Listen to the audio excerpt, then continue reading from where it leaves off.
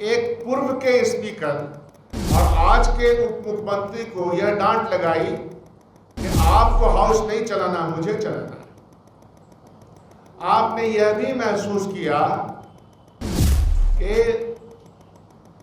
सवाल और जवाब के क्रम में सत्ता पक्ष की तरफ से दो मुख्यमंत्री, उप मुख्यमंत्री, अब हम उनको कहते हैं कि एक फाउल लैंग्वेज और फॉल्स लैंग्वेज, इन दोनों का इस्तेमाल हुआ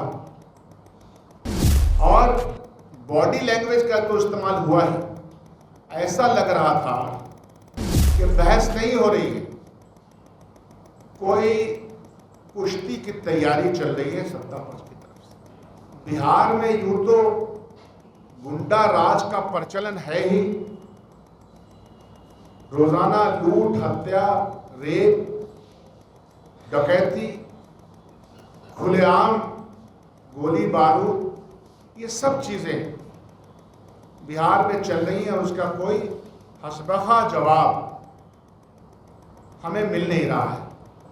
तो विपक्ष अपने तौर पर इन परेशानियों में का जवाब चाहती थी और जवाब में आखिरी सत्र था, बिहार की जनता देख रही थी, आपके माध्यम से देख रही थी, डायरेक्ट टेलीकास्ट हो रहा था।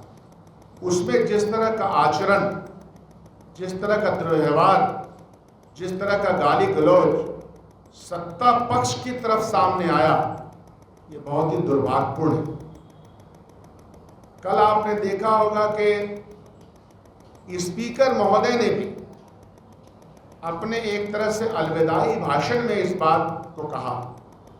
ये पहली बार हुआ कि स्पीकर महोदय ने एक पूर्व के स्पीकर और आज के उप मुख्यमंत्री को यह डांट लगाई कि आपको हाउस नहीं चलाना, मुझे चलाना है। आपने यह भी महसूस किया कि सवाल और जवाब के क्रम में सत्ता पक्ष की तरफ से दो मुख्यमंत्री, उप मुख्यमंत्री, अब हम उनको कहते हैं कि एक फाउल लैंग्वेज और फॉल्स लैंग्वेज, इन दोनों का इस्तेमाल हुआ और बॉडी लैंग्वेज का तो इस्तेमाल हुआ ही। ऐसा लग रहा था कि बहस नहीं हो रही है, कोई कुश्ती की तैयारी चल रही है सत्ता पक्ष की तरफ से। फिर सत्ता पक्ष के दो एमएलए जो भारतीय जनता पार्टी के हैं, उनके हाथ में माइक आ गया और सीधा अटैक विपक्ष के, प्रतिपक्ष के नेता की तरफ था। हम ऐसा हमेशा मानते हैं कि हम अपने बुजुर्गों का हमेशा सम्मान करते हैं राजनीतिक जीवन में जो है। पॉलिसी पे लेकर आप कुछ बहस कर सकते हैं, लेकिन मां बहन की गाली तो कोई बर्दाश्त नहीं करेगा। ये सब हुआ इस बार। करने वाले कौन है? सत्ता पक्ष के लोग, और सरकार इसकी अनदेखी कर रही है। आज तक कोई माफी नहीं मांगा। नेता प्रतिपक्ष ने अपने भाषण में यह भी कहा कि अगर कोई बात हमारी तरफ से हो गई होगी 5 साल में या सत्र के दौरान, जो आपको खराब लग गया होगा, आपको ठेस पहुंच गया हो, तो हम उसकी माफी मांगते हैं। नेता प्रतिपक्ष और पूरे विपक्ष ने इस तरह का आचरण को प्रस्तुत किया, लेकिन आपने ये देखा कि किस तरह से माहौल को वहां बिगाड़ा गया। सरकार चाहती ही नहीं थी कि किसी भी सवाल का जवाब। ये टोटल प्रकरण हुआ। उसके बाद जब हम कॉरिडोर में आते हैं आखिरी दिन में, तो चूंकि आखिरी दिन था तो कोई व्यक्तिगत लड़ाई तो है नहीं। भारतीय जनता पार्टी से और यह जो नेशनल दुर्व्यवहार अलायंस है, उसके लोग भी सामने हैं, तो एक प्लेजेंट्री का आदान प्रदान होता है। एक दूसरे को विश भी करते हैं कि भाई अगले सत्र में मिलेंगे, लेकिन हमारे प्रदेश अध्यक्ष को जिस तरह से सत्ता पक्ष के एक मंत्री ने, जिनका इतिहास खुद ही कांग्रेस का रहा है और जिन पर कांग्रेस पार्टी के एहसानात हैं, उनका व्यवहार समझ में आया, दिखने को मिला फुटेज। कौन कौन सी पुरानी बातों को आप उघाड़ रहे, अपना इतिहास मालूम नहीं, अपना आचरण मालूम नहीं।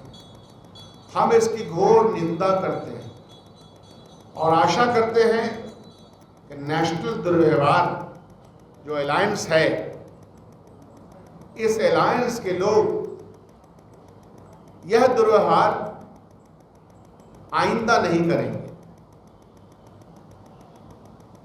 पक्ष और विपक्ष डेमोक्रेसी की सुंदरता है। विपक्ष जनता के परेशानियों के सवाल उठाता है और उसका जवाब चाहता है। बिहार में क्या कम परेशानी है? 2 लाख, उसके बाद झूठ का पुलंदा। पार्लियामेंट की रिपोर्ट है कि 2,90,00,000 बिहार के लोग बाहर पंजीकृत हैं, रजिस्टर्ड हैं काम करने वालों में, और एक मिनिस्टर, बल्कि मिनिस्टर ने उप मुख्यमंत्री, जो बॉडी लैंग्वेज दिखाने में माहिर हैं, आदरणीय सम्राट चौधरी जी, दिक्कत यह है कि पढ़ने लिखने से साबका तो है नहीं। शून्य ज्ञान वाले लोग आंकड़ा भी ठीक से पेश नहीं कर पाते। वो कह रहे कि 2% ही वहां है। अरे कोई हवाला दे रहे थे नेता प्रतिपक्ष ने, कहा कि मैं आपको फौरन फिर इमीडिएटली 2,90,00,000 का पर्चा उनके पास भेज देंगे, ये पढ़ लीजिए। पार्लियामेंट में आज की मौजूदा नेशनल दुर्व्यवहार सरकार जो वहां है, पार्लियामेंट में चल रही है, उसका ही आंकड़ा पेश कर दिया। सीएजी की रिपोर्ट ने 71,000 रुपए कहां चले गए, किस बिल में समा गए, आसमान खा गई कि जमीन निकल गया, उसके उस सवाल का जवाब भी सरकार ने नहीं दिया। यह स्थिति सरकार की है। एक तो आपने स्थिति बिगाड़ रखी है बिहार की, और आपने जबान भी बिगाड़ दी है। जबान पे संयम नहीं, आचरण में संयम नहीं। आप किसी पार्टी के प्रदेश अध्यक्ष के ऊपर इस तरह का प्रहार कैसे कर सकते हैं? हमने तो कोई ऐसी नजीर नहीं देखी, हमने तो कभी नहीं किया। विपक्ष की तरफ से जितने लोग भी बोलने वाले थे, आप फुटेज उठा के देख लीजिए कि हमने अपने शब्दों में कोई ऐसा आचरण पेश किया जो कि एंटी पार्लियामेंटेरियन हो, जो सामयिक नहीं हो। तो इसीलिए आपसे मैं अपील करना चाहता हूं, बिहार की जनता से मैं अपील कर रहा हूं आपके माध्यम से, कि आपके ऊपर जो लोग राज कर रहे हैं, उनका आचरण, उनकी समझ, उनकी पॉलिटिक्स, उनका विचार विघटनकारी, गाली गलौज वाला और इस बिहार की जनता को गर्त में डालने वाला है। इसलिए सजग हो जाइए, जागिए। एसआईआर के मामले में जिस तरह का गड़बड़झाला हो रहा है, वो आपके सामने है, आ जाएगा, आ रहा है।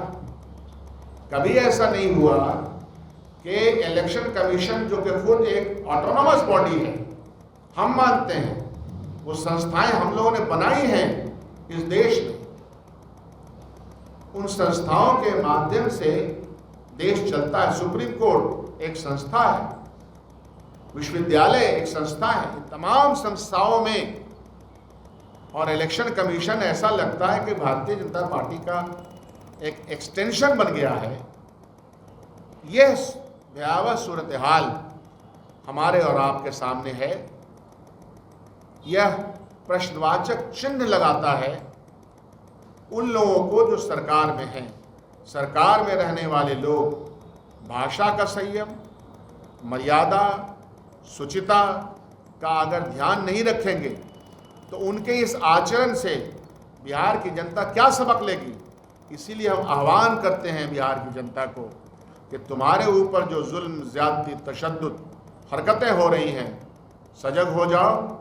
और पूरी कांग्रेस पार्टी हमारे प्रदेश अध्यक्ष के पक्ष में, नेता प्रतिपक्ष के पक्ष में। आप कैसे किसी को माँ बहन की गालियां दे सकते हैं और माइक तोड़ करके आप मारने के लिए आ जाते हैं? ऐसा तो कभी देखा नहीं गया। यही चंद बातें मुझे आपसे कहनी थी। और ये इसलिए हो रही है कि दलितों के सम्मान में भारतीय जनता पार्टी और उसकी विचारधारा कभी खड़ी हुई नहीं है। हिंदुत्व के एजेंडे में दलित, गरीब के सम्मान की कोई बात ही नहीं है। और ये हत्या, लूट, आपने देखा मुजफ्फरपुरी घटना, नालंदा में पूरा एक वफद कांग्रेस पार्टी का गया, 2 बच्चियों के साथ क्या, हर रोज घटनाएं और मर्डर, रेप, और उसका इलाज के लिए, इलाज के बिना मर गई एक बच्ची, दलित बच्ची, और उसको कोई संज्ञान में नहीं लिया जा रहा है। दलित एट्रोसिटीज एक्ट का धज्जियां उड़ा दी है इस बिहार सरकार ने। हर रोज नंबर ऑफ एट्रोसिटीज बढ़े हैं। रिकॉर्ड उठाकर देख लीजिए, हर थाने का रिकॉर्ड अगर आप देखिएगा जाकर के, तो जो रिकॉर्डेड है, जो अनरिकॉर्ड है उसकी बात छोड़िए, जो रिकॉर्डेड हत्या और लूट और परेशानी है, जो एट्रोसिटीज है, उसकी तो तादाद बढ़ती ही चली जा रही है कि इस सरकार से कोई भी वर्ग किसी भी तरह की कोई उम्मीद रख ही नहीं सकता। सवाल ये है कि जिस तरह से मंत्री अशोक चौधरी और राजस्थान जी के बीच में बातचीत हुई, तो बहुत सारी बातचीत चल रही है कि क्या कहा गया, क्या बोला गया, टिकट दिलवा देते, आखिर में कहा क्या गया था, अगर बताने लायक हो तो बता। देखिए, मैंने आपको क्या कहा, पूरा कैरेक्टर गवर्नमेंट का आपके सामने पेश कर दिया और आप सब लोग गवाह हैं। प्रिंट मीडिया और इलेक्ट्रॉनिक मीडिया इसके गवाह है। वार्तालाप हम लोग सरकार के लोगों से, एमएलए से, पार्टी लोगों से करते हैं। बातचीत का गुफ्तार का अंदाज और उस अंदाज में अगर तलखी है, उस अंदाज में अगर ओछापन है, उस अंदाज में अगर नीचा दिखाने की बात है, तो यह कोई न्याय संगत बात नहीं है।